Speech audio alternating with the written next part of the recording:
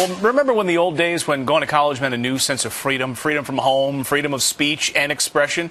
But now the latter is coming under attack. A new report from FIRE, which is a nonprofit education foundation, lists the 12 worst colleges for free speech in 2012.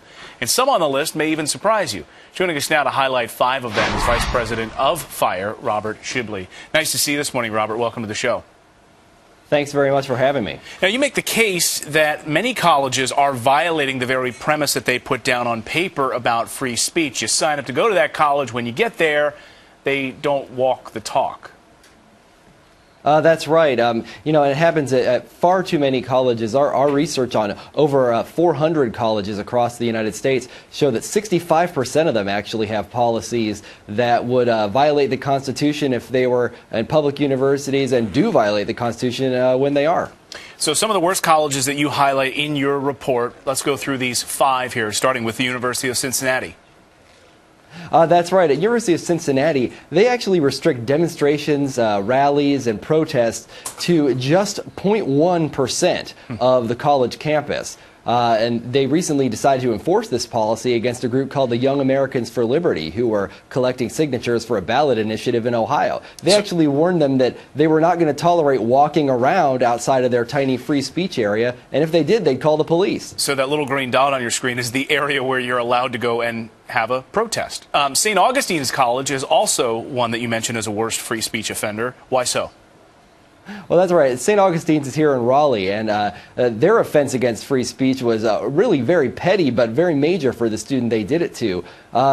After a tornado hit Raleigh last year, a lot of students were still out of power, and St. Augustine's decided to have a meeting to talk about bringing classes back into session. All the student did, who was Roman Capel, he was a senior about to graduate, said, hey, let's all go to this meeting with our best arguments against reopening the college. For that, they said it was an attempt to create chaos, and they actually banned him from graduation. Later, when he sued, they banned him from homecoming.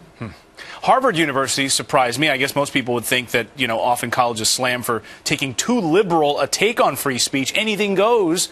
Here's one of the most liberal universities. Worst of the free speech offenders. Why?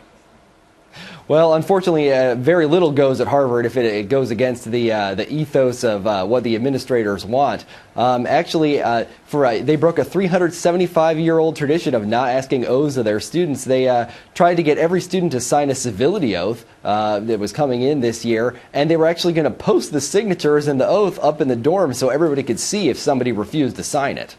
Syracuse University, also on your list. Why?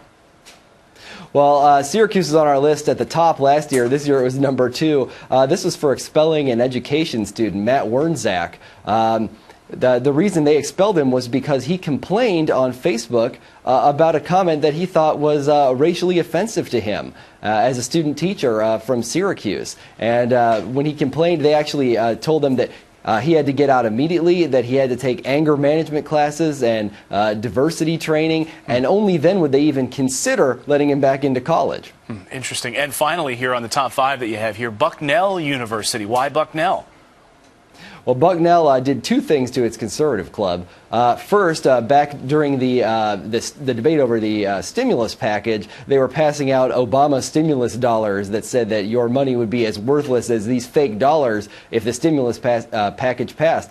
They actually were told by an administrator that they were busted, that they couldn't hand it out, and that what they were doing was similar to handing out Bibles, as if that would necessarily be bad. The other thing they did was shut down an affirmative action bake sale protest where students sell baked goods at different prices according to people's race in order to protest what they see as the injustice of affirmative action. And they were told that that wasn't the right way to debate affirmative action and that it wouldn't be allowed. Sounds like it's politically correct now running around on campuses across the country. Robert Shibley, Senior VP of FIRE, thanks for joining us this morning and breaking these all down for us. Thanks for having me. You bet. Thanks, Thank Robert. you.